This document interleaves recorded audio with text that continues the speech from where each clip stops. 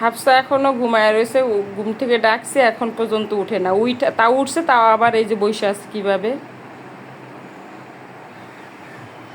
ঘুম হয়েছে? হ্যাঁ, আরো ঘুমাবা? আরো ঘুমাবা? ঘুম হয় নাই? আর কত ঘুমাবা? তো ঘুমাইছে সেই 3টার সময়, এখন বাজে কয়টা? 6টা বাজতে 5 মিনিট বাকি আছে, এখনো ঘুম হয় নাই? কালকে পরীক্ষা আছে না? তারপরেও আরো ঘুমাবা?